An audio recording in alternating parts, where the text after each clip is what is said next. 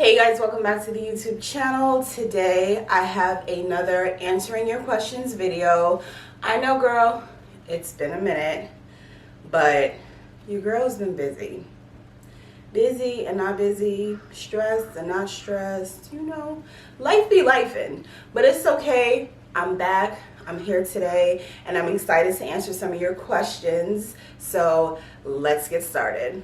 All right, today I'm gonna go ahead and tackle a topic that a sister had asked me in one of my, I think it was a community tab post, where I asked for questions, concerns, anything that you guys wanted to talk about. And this is one of the questions slash requests that I got. And it's from my girl Faith. So hey girl, hey. I'm sorry it took so long to answer your question, but I've been so busy. Life has been so crazy, but I'm back now and I'm excited to tackle this topic. And before I get into the video, I just want to kind of give my channel a mission statement, a purpose. Mrs.LNoble is not only a YouTube channel, it's a business for me. So I kind of want to create a mission statement for it because I think it needs to be said. So this channel is about Hebrew Israelite women. Now, men come across, men come in and out, and they make comments and whatnot, and I welcome that 100%. The channel is for the brothers too, but it's mostly for Hebrew Israelite women. And although we differ in opinions and the way we do things and maybe the times in which we celebrate the feast and high holy days, we just differ in a lot of different topics: wearing pants, not wearing pants, all that jazz. I just want this to be an open forum and a safe space for Hebrew Israelite women to talk about things that plague our communities, things that we have questions and concerns about, differing opinions, and I want to be able to respect each and every single one of you guys' opinions, and I want it to be a safe space for that. So even if you disagree with someone, I don't ever want it to be a situation where I disagree with you, I disagree with this person in the comments, so therefore I'm done, whatever.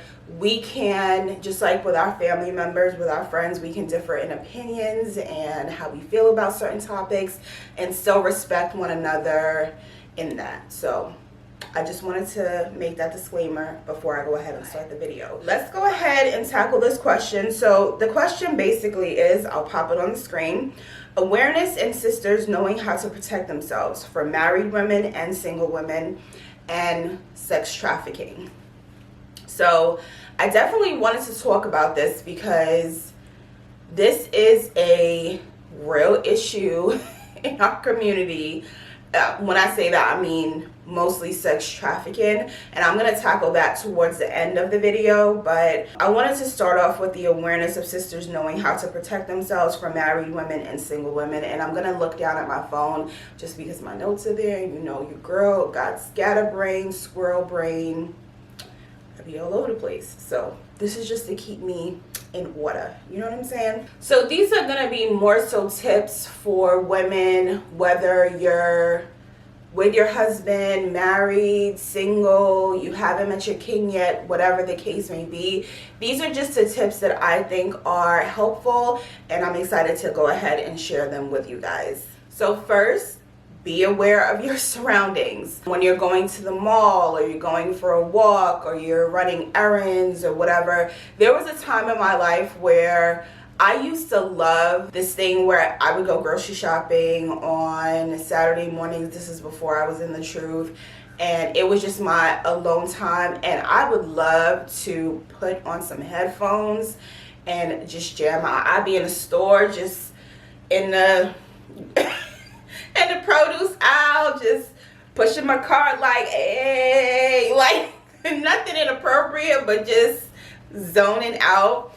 And I think that's cool, but in this time and day that we live in, it's just probably not the smartest thing to be doing anymore. So when you're going into stores, malls, running errands, whatever the case may be, I think it's important to not have a pair of earbuds or headphones on, or if you do, just keeping it at a low volume, and also being aware of the exits and entrances.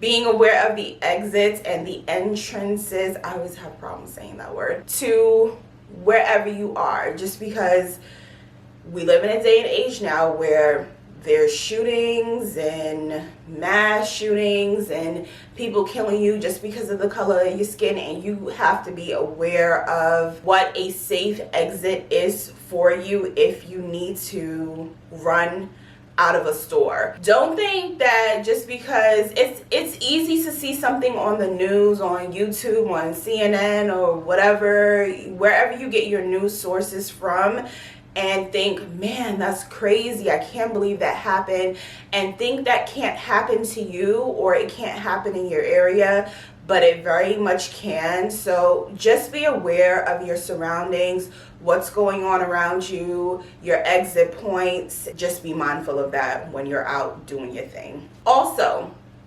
as a side note, put your phone away, or stop looking at your phone every 5 minutes, or stop walking around listen, my pet peeve is people that are walking down the street or in a store or wherever, and they're like this, walking. Like, no, don't do that. That's not cool. One, is disrespectful to the people around you, because people are walking and they are having a dip and dodge because you're not paying attention to where you're going. Like, that's not cool. So just be mindful. Sometimes it's good to just sit in silence. Like, a lot of times if I go to like a doctor's office or I have an appointment somewhere and I have to wait, any situation that I have to wait, I stay off my phone. I put my phone in my pocketbook and I just enjoy the quiet. These places are not necessarily quiet, but they are. Look, I got 6 kids and a husband. It be loud in my house all the time. So when I go out, I just like to enjoy the silence of the world. Just enjoy that time to just sit, reflect, think, breathe, work on my breathing, whatever it is. So it's nice to just kind of get off your phone for a second, put it away, and just enjoy that time of, I'm gonna call it momhood silence. All right, now let's talk about the things that you should carry with you, because every woman should have some kind of weapon. Listen, that's what I think, okay? I think you should always have some type of weapon with you. When I was younger, my mom carried a screwdriver with her, not the flathead, the Phillips head screwdriver. She always had it in her pocket or her purse, or if she didn't have a pocket or purse, she had it in like the side of her pants or the back of her pants. My mom, yo, now that I think about it, that's a little bit crazy, but my mom always had a screwdriver wherever she went, because she was like, listen, you're not about to run up on me and try to do nothing to me. And I lived in New York City. I grew up in Brooklyn, born and raised. So not that New York is violent. New York has come a long way, but in the 80s, early 90s, New York was popping. Like, New York was violence, okay? You could get robbed, you could get hurt or whatever. So my mom always had a screwdriver somewhere on her person that she was not afraid to stab you if she needed to. So when I'm talking about things that as women we have to carry, I'm talking about things like pepper spray, screwdrivers, a pocket knife, tasers. My husband, when I used to walk my kids to school in the morning, because it used to be kind of dark outside, I used to walk them to take the bus, he had me take a taser with me, always. So a taser is definitely a good option. My kids carry pepper spray when they go for walks or whatever, because you know, you just never know what kind of situation that you're going to run up on. Like, it takes, I always say this to my husband, and I always feel a little bit paranoid when I say that, but he'll send my son, my 11-year-old son, to take out the trash, which is a good thing to do because it's teaching him responsibility and things like that. But I'm like, don't be up here watching him do that on the cameras. Stand by the door and let him do that, because it takes 2 seconds for someone to drive up, snatch a child, drive away. So this is just the time that we live in, that you just got to be careful and, you know, all that jazz. The next thing that I have on my list is, if you have a husband, even if you don't have a husband, you got a brother, you have a dad, you have a stepdad, you have a friend, you have a man, some man in your life that needs to teach you how to fight, basically. Teach you how to defend yourself, you know, just the basics, or teach you how to, no holds barred, beat that ass, okay? I'm gonna just keep it 100. Sorry, my computer's making noise. Yes, somebody needs to teach you to do that, because you might be in a situation. I'd watch Oprah. This is just a side note, because you know your girl likes to tell stories. I'd watch Oprah quite some time ago, and she had said, she had someone on her show, and they were saying, don't ever let the person take you to the second location. And you know why that is, because the second location is where they finna dump your body, okay? So I always think it's a good idea to have a man in your life teach you how to defend yourself, and defend yourself not like in the girly way, defend yourself as if like man-on-man contact, because you want to be able to stop that person right in his tracks. Now, you're not about to take me, and you definitely are not about to take me to the second location. So I think it's always a good idea to have the man in your life, or whoever that is, your neighbor, whatever, teach you how to defend yourself from any attacker that may be trying to, you know, get you, because they gotta know you don't want that smoke, okay? You, with the first hit, they gotta know you don't want that smoke, okay? Also, it would not be the craziest idea to get a open carry license or a license for a gun and practice learning how to shoot and carrying that, not necessarily on your person all the time, but maybe in your car if you're going at night to go get gas,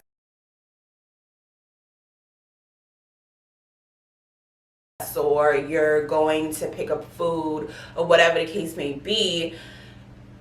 You never know.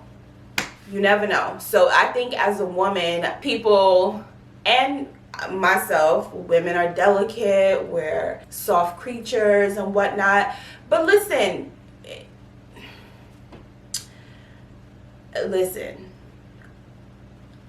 I'm not afraid to, that's all I'm gonna say. I'm not afraid to get it popping. So, and the number one tip that I have for you to keep yourself protected and safe is to stay your behind at home. Okay? Listen, a lot of women just want to be out bouncing from place to place, la-dee-da-dee-da, and it doesn't have to be like bad things like, oh, she out roaming the street, she out looking for trouble and stuff like that. Sorry, emails are coming through. But she want to be out in the business. It doesn't necessarily have to be that. Some women just like getting dressed and going out and running errands every day, and going out and going to the mall or whatever the case may be, just la-dee-dee-da-dee-da, living their lives and whatnot. But it's something to be said for staying at home. Now, I know COVID has kind of destroyed our sense of wanting to be home all the time. But listen, you got to stay home as a woman, period. Your house has to be your castle. Just like your husband, his house is his castle. When he come home, he can't wait to get home. And when he's home, he is the most comfortable he is. you got to be that way as a woman as well.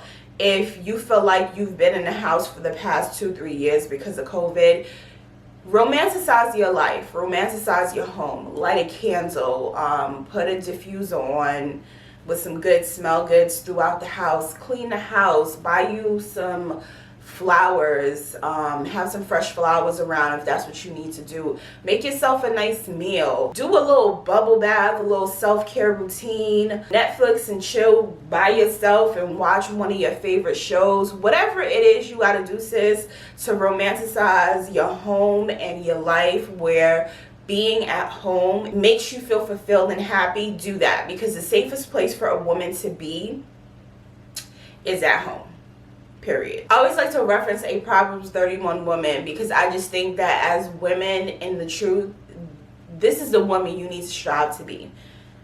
And it's specifically Proverbs 31:10 through 31. There is a particular part where, I'm just reading verbatim from my notes, but there is a particular part where she does go afar to bringeth food for her family, but the rest of the time she's home out of her business. Okay, she's not idle, she's home out of her business, she's taking care of her family, she's making clothes for her kids, she's taking care of her husband. And that's the kind of woman that I feel like as Israelite women we need to be. We need to be home, taking care of the people that mean the most of us, our children, our husbands, staying in the word. That's what we need to be doing, and that's what we need to be comfortable with doing. Not saying that you can't go out and enjoy yourself, not saying that you can't go out and have you a girls' night, not saying that you can't go out and have you like a little family time, or go out with your husband or whoever you're courting at the time, or just be out by yourself doing some shopping and stuff like that. But I don't think, this is just me personally, that you should be out of the house all the time, every single day. The safest space for you to be is at home, and I think that goes a long way with keeping you safe and sound. All right, so now let's talk about the elephant in the room for Israelite homes today. So while we're talking to our boys about how to conduct themselves in the streets so they don't get shot by cops or get stopped by cops and end up in a situation where they're no longer with us, I think we also need to be having these conversations with our daughters mostly, but also our sons, about sex trafficking. Now, I've talked about sex trafficking briefly on my channel before, but I want to go a little bit in depth about what sex trafficking is, how it works, and how it affects our community in a major way. There's a website called Shared Hope, and I'm gonna link it down below in the description box so you guys can just have to reference. But I just really like how they break down sex trafficking, human trafficking, and they just do it in a way where it's like a chart form, and I just love the way they do that. So I wanted to go ahead and put that down there and as a reference for you guys if you're interested in it. But I'm just going to kind of read from what I have here. If you don't know what sex trafficking is, it is a form of modern day slavery in which individuals perform sex acts. It is the force, the fraud, or coercion of basically those acts. Then we have human trafficking, which consists of trafficking for forced labor, criminal acts such as smuggling drugs, sexual exploitation, and organ removal. And this is on Interpol's website, okay? Interpol, meaning the international police. So y'all people who be out there like, okay, y'all talking about organ harvesting and all this crazy stuff and whatnot, like y'all with your tinfoil hats, come on, get up out of here with that. It's a real thing. It is a very real thing. This is on Interpol's website. If you don't want to know what Interpol is, the international police. They cover things abroad and domestic as far as it goes with anything that needs to be on the radar as far as criminal activity. So if Interpol is talking about it, then you know it's a real thing. And also human trafficking refers to people smuggling as well. So the bottom line is our daughters are at great risk of this. Now you could have a perfect Israelite home, you could be doing everything that you think you could be doing as a parent. You could be living the great life and you think that your kids are well adjusted and all that jazz, and still be affected by sex trafficking. It's as simple as this. It happens with runaways. Obviously, they would be a group that you would, of course, there would be a group that you would definitely think would be affected by this. This happens in homes where abuse is prevalent, foster homes, regular homes where abuse, sexual abuse, all kind of abuse is happening. The scariest part about it is it's happening in your home when your child is on the computer, on their cell phones, and you think that they're just on, I don't know, social media, they're chatting with their friends, they're sending funny emojis, whatever kids do nowadays to entertain themselves, girl, I don't know. But but they could be on their cell phone thinking that they're talking to a friend that's their age or someone that they can trust, and they're talking to a predator. So I'll give you an example, right? I'm just gonna read from what I have because it's just easier for me to do it that way. So your daughter wants to go to a party, right? And you say no. Now she's mad at the world because it's unfair or whatever. She hates everybody. She hates the world, whatever. And then the next week she wants to go to the mall. You say no because she hasn't done her chores or whatever it is in the house that she was supposed to do that she didn't do. Because all of us parents go through that. And now her life totally sucks. She hates everyone. She hates you. She hates her life. All that jazz, right? Meanwhile, she's talking to a creep on the phone and she's telling him all that. I wanted to go to a party. My mom said no. I wanted to go to the mall. My mom said no. She doesn't understand me. She hates me. My dad, he's just so mean. He does whatever my mom says to do. And they don't understand me. They don't get me. They're just so overprotective, blah, blah, blah, whatever, and whatever kids say, right? And that person's on the other end of the line or text message or however they're communicating. They're like, yeah, that's unfair. You're so-and-so age, or you should be able to go out and do what you want. They should trust you. You're an amazing person. You're this, you're that, and whatnot. If you were with me, I'll take care of you. I'll make sure that you go to the parties that you want to go. You'll have the freedom that you want. I'm gonna have you in the finer things, and you gonna look good. You gonna be my girl, this, that, and the third. And that sounds real appealing to a teenager, okay? That sounds real appealing to what they call them, tweens. Before you a teenager, you in that little crossroads age. That sounds real appealing. That sounds appealing to a 17-year-old who feels like because society says she's 17 and she's about to be 18 or whatever, that the rules no longer apply, that she's an adult now, which is not the case, but that's another video for another day. But that sounds real appealing. So you go out to the grocery store, la-di-da-di, getting your groceries, picking up your Brussels sprouts, living your best vegetable, meat life, you know what I'm saying? Picking up a little snacky snack for yourself and when the kids go to bed. And this creepo pedophile pulls up to your house, picks up your child, and then the next thing you know, your child is in the sex trafficking, human trafficking trade. That is how easy it happens. And I don't think that people realize that is how easy it is to lose your child to sex trafficking, human trafficking. It is very much that easy for someone to pull up to your crib where you live and pick up your child and you never see them again. Okay? So here's my tips as a parent. Now, before I was in the truth, I was very much the type of parent, and I still am to a certain extent, where where if you don't give me a reason to not trust you, then there's no reason for me to not trust you.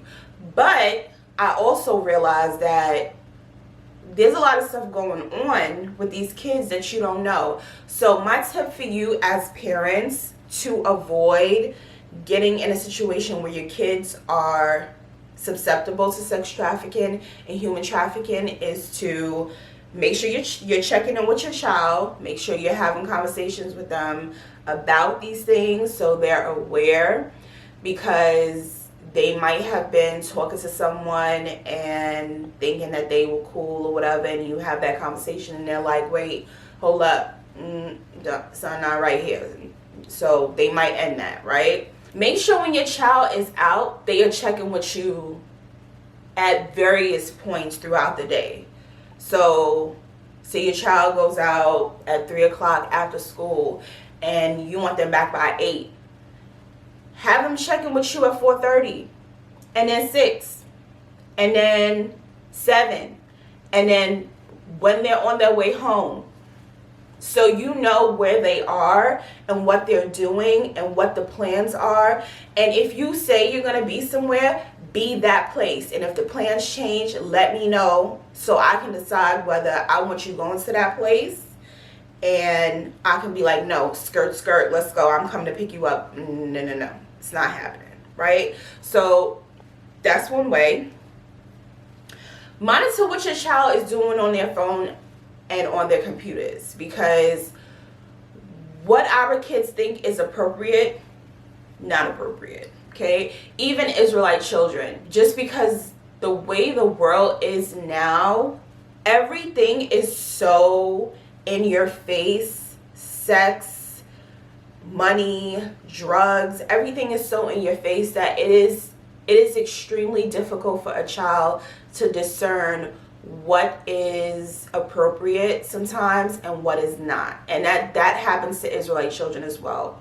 Okay, let's just be honest about that. So check what your child is doing on their phone and their computer. Now, they may feel like it's an invasion of privacy, but so I'm the parent, you're the child. So what?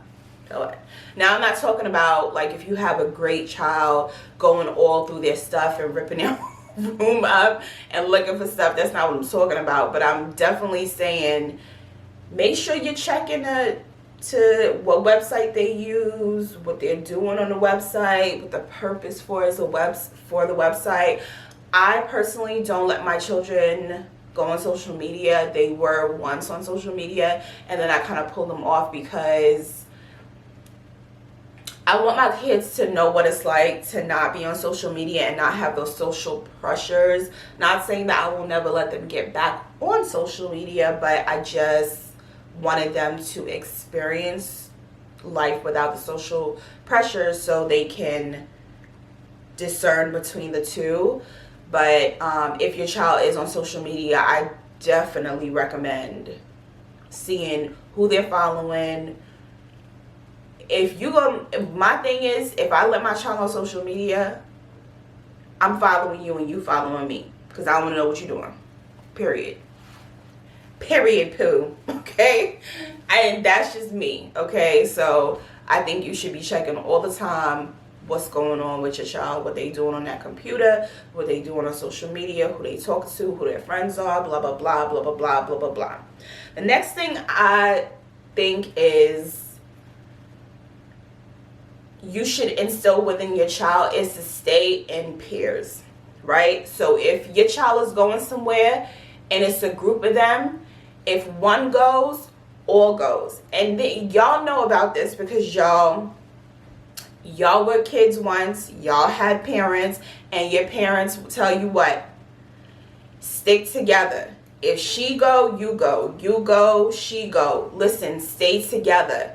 If, I don't know, Mary go down the block, you go down the block with Mary. Stay together, because the chances of danger happening with a group of people, as the likelihood of something happening when your kids are in a group of people is, it drastically reduces the chance that something will happen.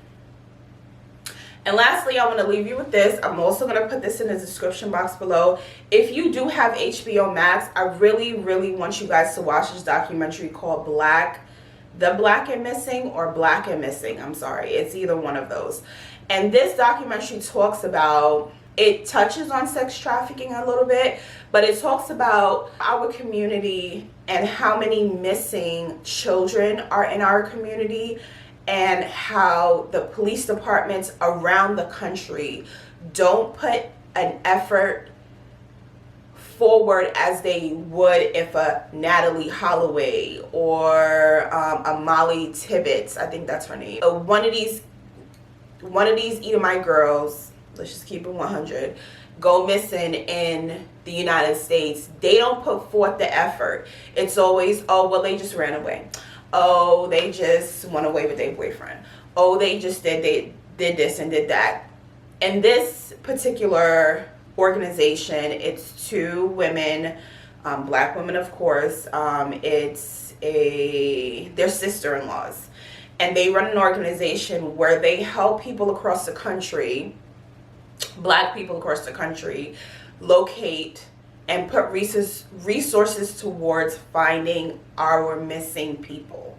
Okay, and I don't ever want any of us to be in a situation where our child is missing, because the type of help that we're going to get is not going to be the help that we deserve and we need to find our children. So I just wanted you guys to be aware of that documentary, and if you can, watch it, because it is very enlightening on the disparity and the lack of care that America gives us as far as our kids go.